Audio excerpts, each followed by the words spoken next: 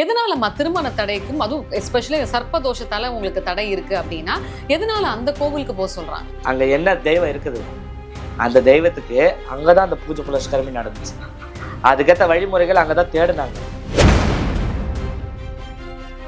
அந்த மாதிரி வேண்டுனா எனக்கு கஷ்டத்தை நிறைய கொடுப்பாரு, சோதனை நிறைய கொடுப்பாரு அப்படின்னு சொல்லி மக்கள் நினைக்கிறாங்க. இது உண்மையா பொய்யா? நிறைய கஷ்டம் கொடுப்பாரு. பொய்யொண்டு புரண்ட பேசுற மக்களுக்கும் வாழ்த்தி வரம் கொடுக்குற மனுஷன் அவர் சிவபெருமான். அதனால அவர் எந்த இடத்துலையுமே உண்மையா இருந்தா அந்த இடத்துல அவர் நிற்பாரு. இப்ப நம்ம 4 பேர் பேசின்னு இருக்கிறோம், இந்த இடத்துலயும் அவர் இருக்கலாம். நான் உண்மையை சொல்றேன்னா பொய்ய சொல்றேன்னு அவர் அதுவுமே பார்க்கலாம். நம்மள பேர் சாதாரண மனுஷன் அவரு. இப்போ இன்னும் ஒரு சில தோஷங்கள்லாம் சொல்றாங்க, நாகதோஷம், சர்ப்பதோஷம், இன்னும் நிறைய தோஷங்கள்லாம் சொல்றாங்க, பல்லியால வரக்கூடிய சில தோஷங்கள்லாம் சொல்றாங்க. இந்த தோஷங்களை நிவர்த்தி பண்ற ஒரே தெய்வம் பல்லீஸ்வரர். அவர் மட்டும்தான் கண்ணில் காய்ச்சி கொடுப்பாரு. மரத்தோட பட்டை கலர்ல இருக்கும். மரமே தான் இவ்வளவு பெரிய பல்லி.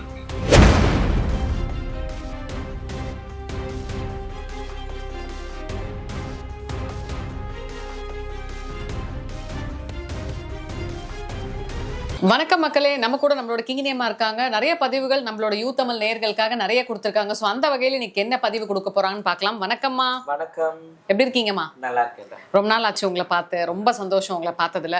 பொதுவா பாத்தீங்கன்னா ஒரு வருடம் ஆரம்பிச்சாலே நீரால இல்ல நெருப்பால ஏதாவது ஒரு அழிவுகள் இருக்கும் அப்படின்னு சொல்லி நிறைய ஜோதிடர்கள் சொல்லியிருப்பாங்க. சோ அந்த வகையில இப்ப எந்த விதமான அசம்பாவிதமாவும் நடக்கல. ஆனா ஒரு பிரபலமான ஒரு ஊர்ல இப்ப நிலநடுக்கம் நடந்திருக்கு. இது எப்படி பாக்குறீங்க? நம்மளோட நாடுக்கு இந்த மாதிரி ஏதாவது பிரச்சனை வரும்னு நினைக்கிறீங்களா? நம்மளோட நாட்டுக்கு பிரச்சனை வர்றதுக்கு வாய்ப்புகள் நிறைய இருக்கு. ஆனா இருந்தாலும் நம்ம நாட்டுல இருக்கிற மக்களுங்க பூஜை புலஸ்காரங்கள்லாம் கொஞ்சம் நிறைய பண்றதுனால, புண்ணிய தானங்கள் பண்றதுனால அதெல்லாம் கொஞ்சம் அழிவுகள்லாம் தள்ளி போயின்னு இருக்கு. இவங்க புண்ணிய தானத்தெல்லாம் கொஞ்சம் கம்மி பண்ணிட்டாங்கன்னாக்கா கண்டிப்பா அவங்களுக்கு ஏற்ற பலன்கள் கண்டிப்பா நடக்கும். ஆனா அந்த நாட்டுல குழந்தை குட்டி, வாய் திறந்து பேச தெரியாத மிருகங்கள் எவ்வளவோ அழிஞ்சுது. அதெல்லாம் பார்க்கும்பொழுது எவ்வளவோ மன கஷ்டங்கள், மன வேதனைகள், இதெல்லாத்தையும் தாண்டி மன உடைச்சலாவே ஆயிட்டேன். எதுக்கு அந்த மாதிரி நடக்கணும், ஏன் நடக்கணும்? ஒரு சின்னதா ஒரு விஷயத்த காட்டியிருக்கலாம். ஆனா அந்த நாட்டையே அழிச்சிட்டாங்க அப்படின்ற போது அப்ப எந்த அளவுக்கு அது புண்ணிய நாடா இருக்கும்? நான் அப்படிதான் நினைக்க முடியும். இருந்தாலும் அங்க இறந்தவங்க எல்லாருமே மனுஷங்க தான். எல்லாரும் நம்மள மாதிரி மனுஷங்க தான். எல்லாருமே ஒரு சின்னதா இருக்கிறது அதுவும் ஒரு உயிர் தானே. எவ்வளோ உயிர் போச்சு, கண்ணுக்கு தெரிஞ்சு கண்ணுக்கு தெரியாத இன்னும் எடுத்துன்னு தான் இருக்கிறாங்க, இன்னும் தேடுறாங்க. தெய்வம் தான் அதுக்கு பதில் சொல்லணும். ஆனா என்னன்றது ஒன்றும் புரியல. நீ நான் நடத்தினாலும் அது சதிதான், நான் நடத்தினாலும் சதிதான். இது தெய்வத்துடைய உச்சக்கட்டம் அப்படின்ற பட்சத்துல தான் இருக்கு. அவங்க தான் தீர்ப்பு சொல்லணும், நம்ம சொல்றதுக்கு எதுவுமே இல்லை. இப்ப பொதுவா பாத்தீங்கன்னா போன வருடம் ஒரு சில விஷயங்கள்லாம் திருநங்கை சமுதாயத்துக்குள்ள நிறைய நடந்தது இல்லையா? சோ இந்த வருடம் எந்த விதமான பிரச்சனைகளும் இல்லை. சோ ஒத்துமை இதே போல கடைப்பிடிக்கலாமா? அவங்கவுங்க பிடிச்ச வாழ்க்கையை இப்ப பண்றாங்க. திருநங்கைகளே இப்போ இவங்களுக்கு பிடிச்சது, இது பிடிச்சிருக்கு, சரி இது பண்ணுவோம். இது பிடிக்கல அப்படின்னா சரி பிடிக்கலையே விட்டுருமா. அப்படிதான் இப்ப எல்லாமே சேஞ்ச் ஆயிடுச்சு. எல்லாமே ப்ராப்பரா, அமைதியா, ரிலாக்ஸா, நிம்மதியா அவங்க சோழிய பாக்குறாங்க. அவங்கவுங்க வேலைய அவங்கவுங்க பார்த்தாதான் அவங்களுக்கு பசிக்கு ஊதியம் சம்பாதிக்க முடியும்ன்றத அவங்கவுங்க புரிஞ்சுக்கிறாங்க. அவங்கவுங்க அவங்க வேலையை பார்த்துட்டு இருக்காங்க. எல்லாமே கரெக்டா போயிட்டு இருக்கு. ஈவனா லெவலா போயிட்டு இருக்கு. சந்தோஷமா இருக்கு. இந்த வருடம் பாத்தீங்கன்னா முருகருக்கு உகுந்த வருடம் அப்படின்னு சொல்றாங்க. ஏன்னா 2025 அப்படின்னும் போது இந்த 9 எண் அப்படி வரதுனால செவ்வாய்க்கு ஆதிக்கம் அதிகமா இருக்கு. ஸோ செவ்வாய்னாலே முருகர் அப்படின்றாங்க. இந்த வருடம் முருகனுக்கு முருகர் பக்தர்கள்லாம் ரொம்ப தீவிரமா அவங்களோட என்னென்ன வேண்டுதல் இருக்கோ, இப்போ குழந்தைக்காகவோ இல்லை திருமணத்துக்காகவோ இல்லை எந்த ஒரு விஷயமா இருந்தாலும் வேண்டிக்கிட்டா ரொம்ப சிறப்பா நடக்கும்ன்றாங்களே. இது எப்படி பாக்குறீங்க? அவருடைய அனுகிரகங்கள் எப்படி கிடைக்கும்னா, அவரை பார்த்து ஒரே ஒரு வார்த்தை தான் சொன்னாங்க ஔவையார்.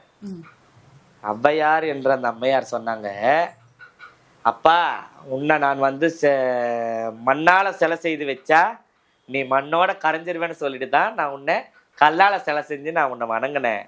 ஆனா நீ கல்லுன்றதுனால உன் மனசும் கல்லாயிடக்கூடாது சாமி, கரையணும்ப்பா, உன் மனசு கரையணும். நீ உன் மனசு கரைஞ்சாதான் எங்களுக்கு எல்லாமே கிடைக்கும். அனுகரகங்கள் கிடைக்கும். உன்னுடைய அனுகரகங்கள் உன்னை நாடி நாங்கள் எல்லாருமே, நீ சின்ன புள்ள தான், ஆனால் உன்னை நாடி நாங்கள் எல்லாருமே அப்பான்னு நாங்கள் வாய் நிறைய கூப்பிடுறோம், சாமின்னு கூப்பிடுறோம். அப்படின்னும் போது 2 பொண்டாட்டி வச்சிருந்து கூட நான் பிள்ளைங்களே பெற்றுக்கல, ஏன்னா நீங்களாம் எனக்கு இருக்கிறீங்க அப்படின்னு சொல்லிட்டு தான் அவரும் நின்றுட்டாருன்றது ஒரு காலத்தில் வந்த புராணங்கள். அப்படின்ற பட்சத்துக்கு அவருடைய உகர்ந்த நாள், அவரை வந்து வணங்காத மக்கள் யாராக இருந்தாலும், சிறுவாபுரியாக இருக்கட்டும், அறுபடையாக இருக்கட்டும், எங்கே போனோமோ எல்லாமே போய் ஐயனோட தரிசனத்தை பெற்றுக்கோங்க. அவரை பார்த்துட்டு அவருடைய பாதத்தை நமஸ்காரம் செஞ்சுட்டு வந்துட்டாலே நம்மளுக்கு கோடி புண்ணியங்கள். பொதுவா வந்து இப்ப காசி அப்படின்னாலே புண்ணியஸ்தலம்னு ஊருக்கே தெரிஞ்ச விஷயம் இல்லையா? ஆனா ஒரு சில பேர் சொல்றாங்க இப்ப காசியில போய் இறந்துட்டா வந்து புண்ணியம், அந்த ஆத்மா புண்ணிய ஆத்மான்றாங்க. இதனாலேயே வந்து நிறைய மக்கள் அங்க காசியில போய் வேணும்னே இறந்துடுறாங்க. புரியுதுங்களா? இது வந்து மக்களோட மூட நம்பிக்கை வந்து ரொம்ப அதிகமா இருக்கு. தானா வந்து நம்ம இறக்குறதுன்றது வேற, இவங்களா போய் அவங்களோட உயிரை அங்க வந்து இது பண்ணிடுறாங்க. இதை பத்தி நீங்க என்ன நினைக்கிறீங்க? காசியில வந்து சூசைட் பண்ணிக்கிறதோ இல்லை இந்த மாதிரி விபத்தில் உயிர் போகிறதோ இப்படி அப்படின்னு இவங்களா நடத்துக்கிற அவங்க உயிர் பிரித்துக்கு ஏற்ற வழிகள் இவங்களா தேடிக்கினாக்கா அதுக்கு அவங்க பதிலாம் கிடையாது. அப்படின்னா அவருடைய வாசலில் அவங்க போய் சாத்தியமாய் நிற்க முடியாது.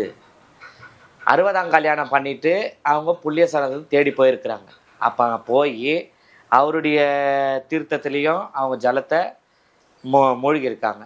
மூழ்கிட்டு வெளியே வந்து அர்ச்சனை பண்ண நிற்கும் பொழுது அந்த நிமிஷமே மாரடைப்பு வந்து செத்துவங்க. அப்படி செத்துவங்க, அப்படி இறந்தவங்க இவங்கெல்லாம் வந்து அவரா வந்து தீர்ப்பு கொடுத்து அவரா எடுத்துக்கணும். புண்ணியாத்மா அவங்களுக்கு வந்து கோடி புண்ணியங்கள் நடந்திருக்கு. இவங்களா போய் அந்த இடத்துல பண்றது அதெல்லாம் வந்து சாத்தியப்படாது. அவர் முடிவு பண்ணணும். அவருடைய பார்வை நம்ம மேல பட்டா மட்டும்தான் அவருடைய சன்னிதானத்துல அவரை பார்க்கறதுக்கு ஏற்ற காட்சி நம்மளுக்கு கிடைக்கும். அது வரைக்கும் நீ என்ன கோடி கணக்கில் செலவு பண்ணாலும் அவருடைய சாம்பல் தான் உனக்கு கிடைக்கும். ஐயனை பார்க்குற தரிசனங்கள் உனக்கு எட்டாது. அவருடைய வாழ்ந்த இடம், வளர்ந்த இடம், போன இடம், வந்த இடம் எல்லாத்தையுமே நீ போய் தொடலாம், பார்க்கலாம், ஆடலாம். ஐயனே வந்து எதிர்க்க நிற்கிறத காட்சி உன்னால் பார்க்க முடியாது. ஏன்னா பிரகாசமான ஒளி, அதில் வந்து கிட்ட அவருடைய தரிசனங்களை பார்க்க முடியாது. 50 அடிக்க ஆள்ற மனுஷனாச்சே, அவரை பார்க்க முடியுமா? அது சரி. அப்புறம் இப்ப பொதுவா இப்ப காசியில வந்து ரொம்ப வயதானவங்க தான் போகணும், வயசு சின்ன பசங்க எல்லாம் ரொம்ப போக கூடாது அப்படின்னு சொல்லிட்டு ஒரு மித்து இருந்தது. ஆனா இப்ப பாத்தீங்கன்னா எல்லா ஏஜ் உள்ள ஆளுங்களுமே போய் அங்க சாமியை தரிசனம் பண்ணிட்டு தான் வராங்க. பொதுவா காசிக்கு எந்த சமயத்துல போனா நல்லது, எப்படி வழிபாடு பண்ணா நல்லது? அவரை போய் பார்க்கணுன்னாக்கா 60 வயசுக்கு மேல இருக்கிறவங்க தான் போய் பார்க்கணும்.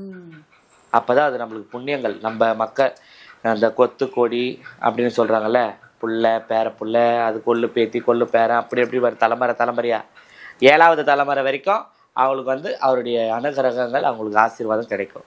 அப்படின்ற பட்சத்துக்கு தான் அது.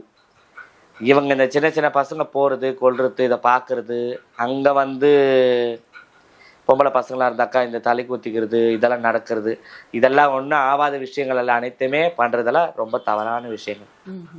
அவரை பார்க்க போகிறாங்கன்னாக்கா அவங்களுக்குன்னு அவருடைய அழைப்பு இருக்கணும். காசிக்கு போனோம்னா என்னுடைய அழைப்பு இருக்கணும். பிறக்கும்போது ஒன்றுமே இல்லாததை வர வைக்கிறாரு,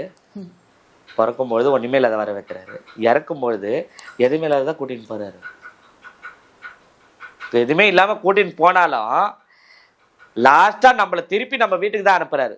எப்படி சாம்பலா கோடி இருக்கிறவனும் அதே தான், ஒண்ணுமே இல்லாத தெருக்கோடியில் இருக்கவங்களுக்கும் அதுதான். அப்படின்ற பட்சத்துல அவர் எப்படி வணங்கணுமோ அந்த முறையில வணங்கணும். ஆனால் அவரை நம்பிட்டா எந்த இடத்துல கைவிடப்படாது. அப்பயே வந்து சிவனை வந்து ரொம்ப ஆக்ரோஷமான ஒரு தெய்வம் அப்படின்னு சொல்றாங்க. அது வந்து அழிக்கும் கடவுள்னு தானே சொல்றாங்க. அது மக்கள் ஏன் இப்படி தப்பா சொல்றாங்க? மக்கள் எம்மா இப்போ நல்லா ஒன்று புரிஞ்சுக்கம்மா, உன்னால எனக்கு ஒரு ஆதாயம் உண்டு, அப்படின்ற நேரத்துக்கு அவங்க தெய்வம் அவங்க நின்றுக்குவாங்க. சரியா? யாருடைய தெய்வம் இல்லாத நம்ம தனி மரமாக உட்காந்து நம்ம கஷ்டத்தை சொல்லி நம்ம அழுவும் போது, தனியாக 4 செவத்துக்குள்ள அழுவும் போது நம்மளுக்கு நம்ம கும்பிடுற இஷ்ட தேவதையா ஒரு தேவதை நம்ம வச்சிருப்போம். அந்த தேவதை மாதிரி தான் அவருமே உக்காந்து கண்ணீரிட்டு நிற்கும் பொழுதெல்லாம் எனக்கு இது வரைக்குமே எங்கள் அப்பா மூலியமாக தான் வந்து நிற்பார். என்னை பெத்த அப்பா மூலிமா அவருடைய முகம்தான் இருக்கும், அவருடைய உருவம் தான் இருக்கும். ஆனால் அவர் கையில் சூடாயுதம் இருக்கும். அப்போ நான் யாருன்னு நினைக்க? அப்பா ஈசன் அப்பாவை தான் அப்படின்னு இருக்குது. அந்த மாதிரிலாம் பார்க்கும்பொழுது அவரை வணங்கி அவர்கிட்ட கண்ணீர் இட்டு, நீ சாதாரணமாகவே ஒரு பிடி சாப்பாடு நீ சாப்பிடும் போது சும்மா எடுத்து அப்படி வச்சுட்டாலே போதும், உன் கூட ஐயா இருக்காரு. நீ டெய்லி அவரோட நாமத்தை உச்சரிப்பு கொடுத்து நீ சாம்பல் அடித்தாலே போதும். அடுத்த ஒரு முக்கியமான சந்தேகமா, இப்போ சிவனுக்கு வந்து சில பேருக்கு சிவனை ரொம்ப பிடிக்கும், அவங்க கிட்ட வந்து ஈர்ப்பு அதிகமா இருந்து தினமும் சிவனுக்கு வேண்டுவாங்க. அந்த மாதிரி வேண்டுனா வந்து எனக்கு கஷ்டத்தை நிறைய கொடுப்பாரு, சோதனை நிறைய கொடுப்பாரு அப்படின்னு சொல்லி மக்கள் நினைக்கிறாங்க. இது உண்மையா பொய்யா? நிறைய கஷ்டம் கொடுப்பாரு. நீ உண்மையா இருக்கியான்னு பாக்குறதுக்கு தான் நிறைய கஷ்டங்கள் கொடுப்பாரு.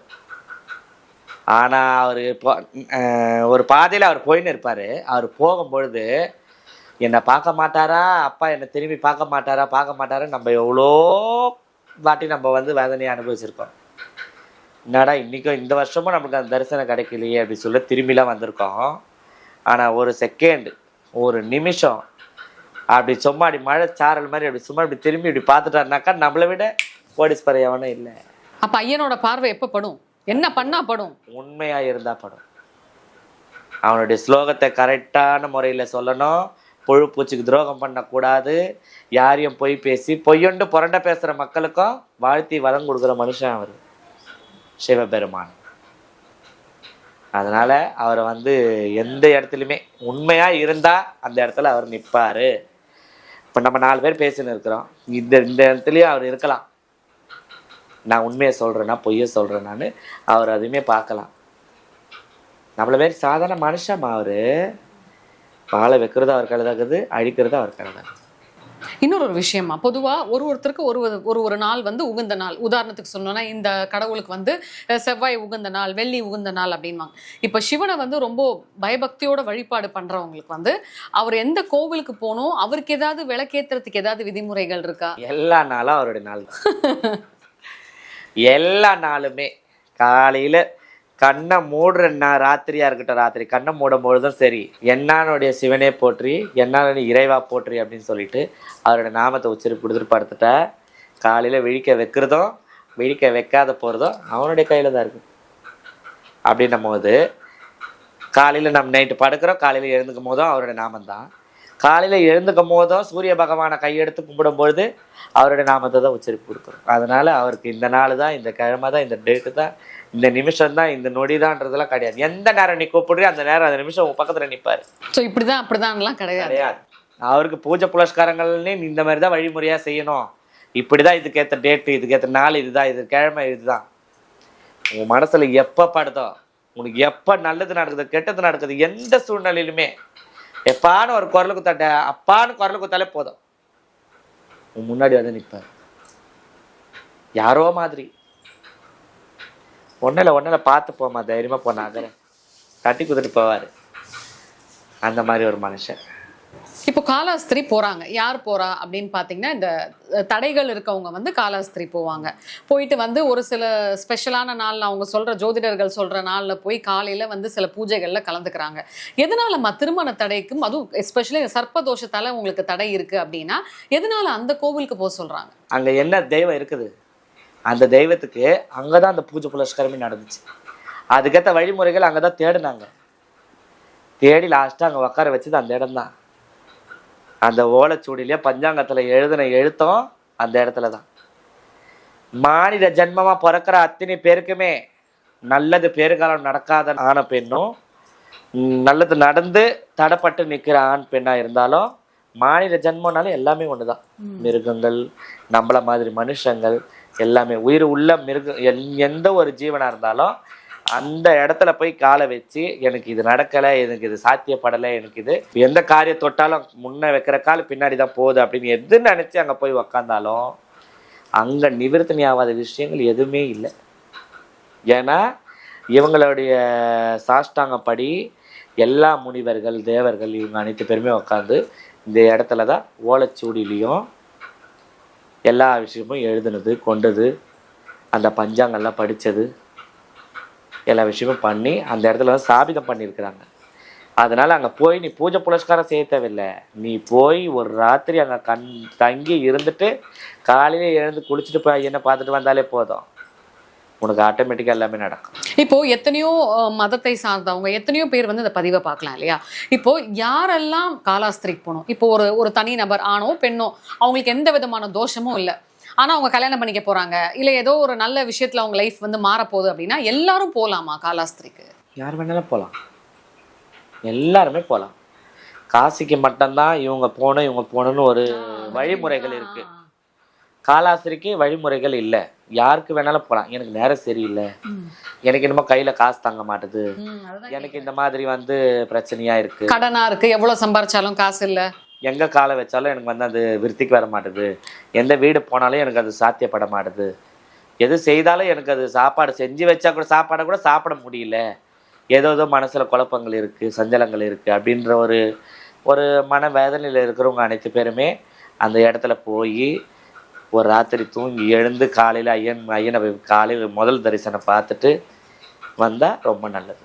இப்போ இன்னும் ஒரு சில தோஷங்கள்லாம் சொல்றாங்க, நாக தோஷம், சர்ப்ப தோஷம், இன்னும் நிறைய தோஷங்கள்லாம் சொல்றாங்க, பல்லியால வரக்கூடிய சில தோஷங்கள்லாம் சொல்றாங்க. மக்கள் ஒரு சில பேர் வந்து என்ன சொல்றாங்கன்னா, இந்த காளி கோவில் இருக்கு இல்லையா, ஸோ அந்த மாதிரி கோவில்ல வந்து எஸ்பெஷலி சொல்லணும்னா இந்த காமாக்கியா டெம்பிள்னு சொல்லி நம்ம அசாம்ல ஒன்று இருக்கு, இன்னும் நீங்க சென்னையில ஒன்று இருக்கு. அந்த கோவில்களுக்கு வந்து இந்த மாதிரி தோஷம் உள்ளவங்க போனீங்கன்னா வந்து ரொம்ப நல்லதுன்றாங்கம்மா, அது உண்மையாமா? இந்த பல்லி தோஷம், இந்த தோஷங்கள் பாடுறவங்க எல்லாருமே வந்து காளியம்மன் கோவில்களை போக தேவையில்லை. நம்ம சிவன் இருக்கார் தெரியுமா, காலாஸ்திரி கிரிவல சுத்துறோம்ல, அங்க போயிட்டு ஒரு மரம் ஒன்று இருக்கும், அந்த மரத்துல போய் பார்த்தாலே போதும், எல்லா விதமான முனிவரும் அங்க இருப்பாங்க. எப்படி போய் பார்க்கணும்? இந்த தோஷங்களை வந்து நிவர்த்தி பண்ற ஒரே தெய்வம் பல்லீஸ்வரர். அவர் மட்டும்தான் கண்ணில் காய்ச்சி கொடுப்பாரு. மரத்தோட பட்டை கலர்ல இருக்கும், மரமே தான் இவ்வளோ பெரிய பல்லி. அது எங்க இருக்குமா? நம்ம கிரிவல சுத்திரமே காலாஸ்திரியிலயா? கிரிவல சுத்திரமே எங்கம்மா? நம்ம இதுமா திருவண்ணாமலை, அங்க மரம் இருக்குது, சிவன் மரம் இருக்குது, வில்வ மரம் இருக்கு. அந்த வில்வ மரத்துல இவ்வளவு பெரிய பல்லி இருக்கு. பல்லின்னு அதை கூப்பிடல யாரோ, பல்லீஸ்வரர். அவரும் ஒரு முனிவரா, அவரை பார்த்தாங்க எல்லா தோஷமும் போயிடும், நாகதோஷமும் போயிருமா? என்ன மாதிரி விஷயம் அதெல்லாம் சரி. சரிம்மா, இப்ப பாத்துட்டு இருக்க மக்கள் வந்து திருவண்ணாமலை போக முடியல அப்படின்னா ஆமாண்ணா போய் தரிசனம் பண்ணலாம். ஐயனால முடியாது எதுவுமே இல்லை, இருந்தாலும் நீ கேட்ட கேள்விக்காக சொல்றேன். முடியலனான்ற பச்சை வரும்பொழுது அம்மாவை போய் பார்க்கலாம், அம்மனை போய் பார்க்கலாம், அவளுடைய பூஜை புரஸ்காரங்களும் செய்யலாம். இந்த மாதிரி பண்ண நிவர்த்தி ஆகும். காப்பாத்துறதுக்கு தான் தெய்வமா உலகத்துல வந்திருக்கிறாங்க. காப்பாத்துவதான் நான் அம்மானு கூப்பிடுறோம், அப்பான்னு கூப்பிடுறோம். காப்பாத்தல அப்படின்னும் போது இது பிசாசு, என்ன வேணாலும் பேசலாம், சீர்த்தோன்னு கூட சொல்லிடலாம். காப்பாற்றுவதும் நம்ம பெத்த தாய் தகப்பனையே நம்ம வந்து ஒரு நிமிஷம் கூப்பிட்டாலும் மறு நிமிஷம் ஐயா போமா ஐயா வாமா அப்படின்னு நம்ம பேசுறோம்.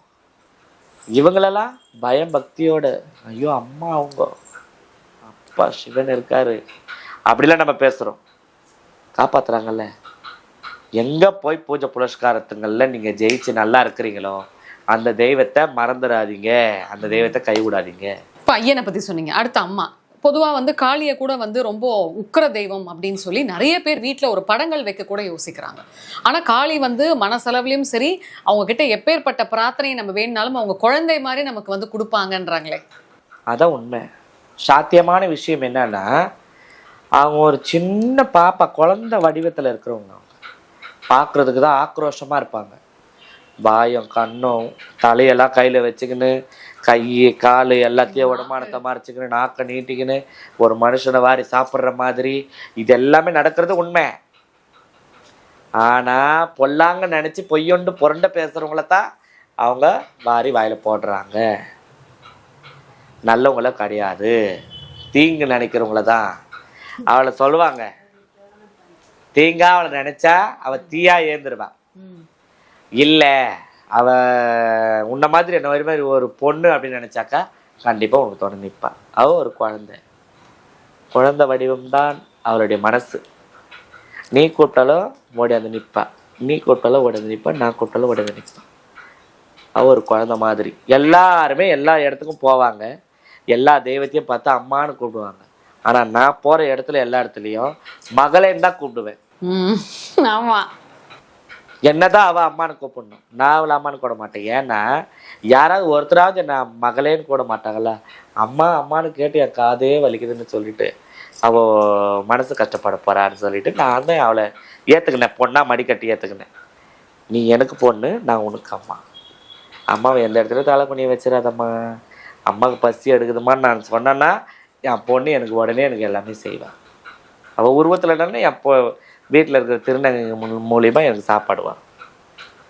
படி அளக்குறாள பராசக்தி இல்ல, அவ தயாபரி இல்ல.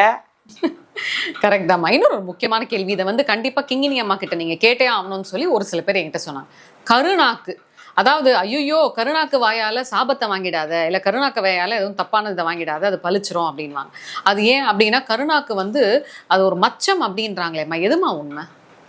கருநாக்குறது பிறக்கும் பொழுதே இருக்கணுமா. பிறப்பிலேயே இருந்துட்டாக்கா அவங்களுடைய சாபத்துக்கு நம்ம ஆளாகக்கூடாது. அவங்களோட கருநாகமாக பிறக்கிறவங்க வாயாலே நம்ம சாபம் வாங்கக்கூடாது, காலால் பிறக்கிறவங்க கைட்டையும் நம்ம சாபனம் வாங்கக்கூடாது. ஏமா வாங்கக்கூடாதுமா.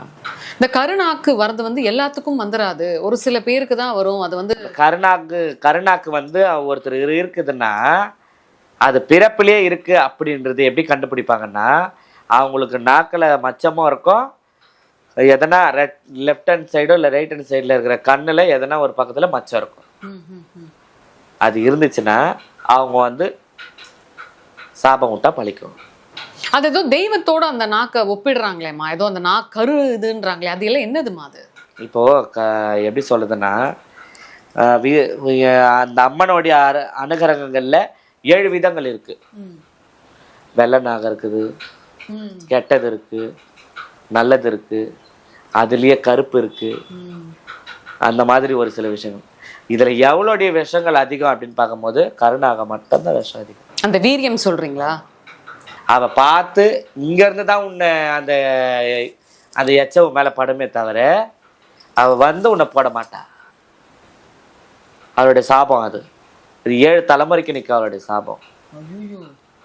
அவ அந்த மாதிரி ஆளு. இவளை வந்து பார்க்கவே முடியாது, வாசுகிய பார்க்கவே முடியாது. யாரம்மா வாசுகின்னு சொல்லுவாங்க? வாசுகின்னா வெள்ளை நாகம். உயிரோட மனுஷனா உற்பத்தி எடுத்த ஒரே தெய்வம் அவ மட்டும்தான். வாசுகிய பார்க்கவே முடியாது.